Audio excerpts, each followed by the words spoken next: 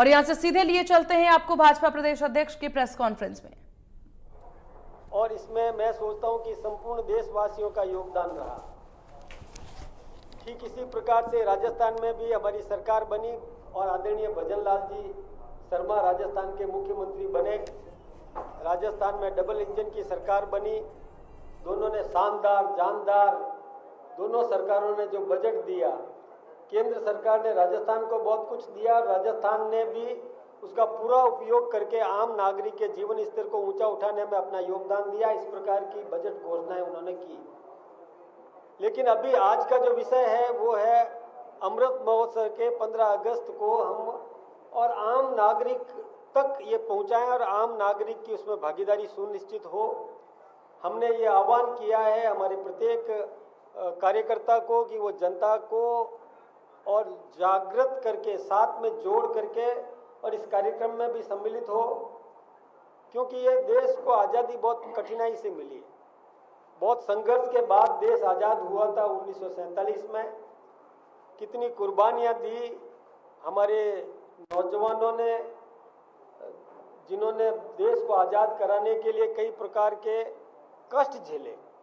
आप जानते हैं कि कई प्रकार के कष्टों में एक शांतिपूर्वक आंदोलन भी था और एक क्रांतिकारी आंदोलन भी था। तो क्रांतिकारी आंदोलन में कईयों ने अपनी जान गंवाई, संघर्ष झेले, बहुत कठिन तपस्या की, जेलें भुगती और अंडमान निकोबार जैसे जहां काला पानी, वहां सिलोडर जेल में भी जिनको और सजा भुगतना पड़ा, ये सब आपने देखा होगा। और मैं सोचता हूं कि इसके बारे में आप सब बहुत जागरूक हैं और आप अच्छी तरह से ये बात जानते हैं कि कितना कठिनाई से ये देश को आज़ादी मिली। इसके साथ ही हम ये प्रत्येक हमारे कार्यकर्ता प्रत्येक घर तक पहुंच रहे हैं, गली गली में पहुंच रहे हैं, प्रत्येक दुकान तक पहुंच रहे हैं और वहां पर और तिरंगा ध्वज लेकर के जा रहे हैं और वो गर्व से अपने घर पर, अपनी गाड़ी पर, अपने और कोई प्रतिष्ठान पर तिरंगा ध्वज वो लगाएगा और गौरव का अनुभव करेगा। इसके साथ ही मैं एक बात और बताना चाहूँगा कि अभी 14 अगस्त को विभाजन विभीषिका भी हम उसकी गोष्ठियाँ भी आयोजित करेंगे। विभाजन विभीषिका इसलिए कि आप सब जानते हैं कि 14 अगस्त को पाकिस्तान आज़ाद हुआ था और 15 अगस्त को भारत आज़ाद हुआ था और उस समय की स्थिति अपन कल्पना कर सकते हैं। आज आप विचार करें कि उस समय क्या गुजरी होगी उन लोगों पर कि टेबल पर बैठ करके नक्शे में तो विभाजन कर दिया, लेकिन जो धरातल पर गांव था, जो बॉर्डर एरिया में आता था, उसको ये पता भी नहीं था कि मैं हिंदुस्तान में रहूँगा या पाकिस्तान में रहूँगा। वो गांव हिंदुस्तान में रहेगा या पाकिस्तान में रहेगा, उस गांव के नागरिकों को ये पता नहीं था। वहाँ पर कत्लेआम किया गया। उस समय आप एक कल्पना और करें कि आबादी का आदान प्रदान हुआ, तो आप कल्पना करें कि किसी ने अपना भवन निर्माण किया, अट्टालिका बनाई और तिल तिल जल करके, खून पसीना बहा करके उस भवन को तैयार किया, उस भवन को सजाया, संवारा, तैयार किया। उस भवन के साथ में अपना बिल्कुल भविष्य भी जोड़ करके जो बैठे हुए थे, उन लोगों को अपना वो भवन छोड़ करके जाना पड़ा। साथ लेकर के कोई जाने की स्थिति उनकी नहीं थी, केवल जान हाथ में लेकर के वो निकल सकते थे। परिवार के कुछ सदस्यों को बचा करके निकल सकते थे। कईयों की बहन बेटियां छीन ली गई। ये ऐसा दुर्दांत वो दृश्य था जिसकी कल्पना की जा सकती थी। और दूसरी तरफ ऐसे लोग बैठे थे जो पहले से नजर गड़ाए बैठे थे कि ये देखिए, ये हिंदुस्तान जाएगा, ये अपना भवन छोड़ के जाएगा और मुझे इस पर कब्जा करना है। उस पर प्रतिस्पर्धा लगी थी। दूसरा कहता था नहीं यार, ये तो मैं कब्जा करूंगा।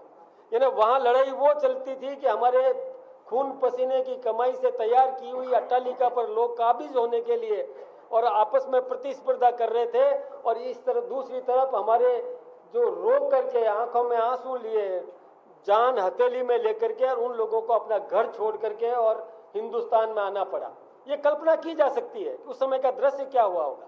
ठीक इसी प्रकार से वो भी कल्पना की जा सकती थी कि जो बॉर्डर पर जो गांव है, जिनको ये पता नहीं है कि हम कहाँ रहेंगे, उसमें कई गांवों के नाम मैं गिना सकता हूं। एक आप लोगों में से कुछ लोगों ने पढ़ी होगी फ्रीडम एट मिडनाइट, जिसका हिंदी रूपांतरण भी हुआ आज़ादी आई आधी रात। वो आपने किताब पढ़ी होगी, जिस पर भारत की तत्कालीन सरकार ने प्रतिबंध लगा दिया था उस पुस्तक पर। उस पुस्तक को कोई रख नहीं सकता था। ये परिस्थितियां भी बनी क्योंकि उससे एक विकराल दृश्य पैदा होता था, विकराल स्थितियां उसमें आंकलन किया हुआ था।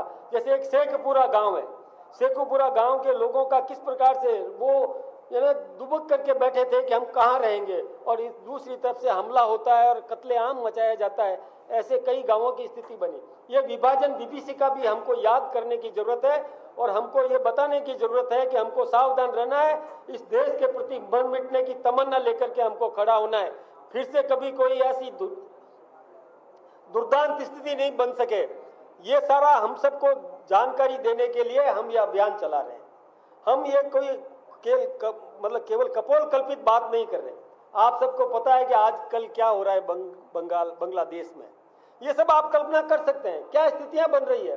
तो ये सब हम इस देश के नागरिकों को जागृत करने के लिए ये अभियान चला रहे हैं। इसके लिए मैं आप सबका भी सहयोग चाहूंगा कि इस देश के प्रत्येक नागरिक के कण कण में इस देश के प्रति भक्ति भाव पैदा करने में, इस देश के प्रति मर मिटने की तमन्ना पैदा करने में आप भी हमारा योगदान दें।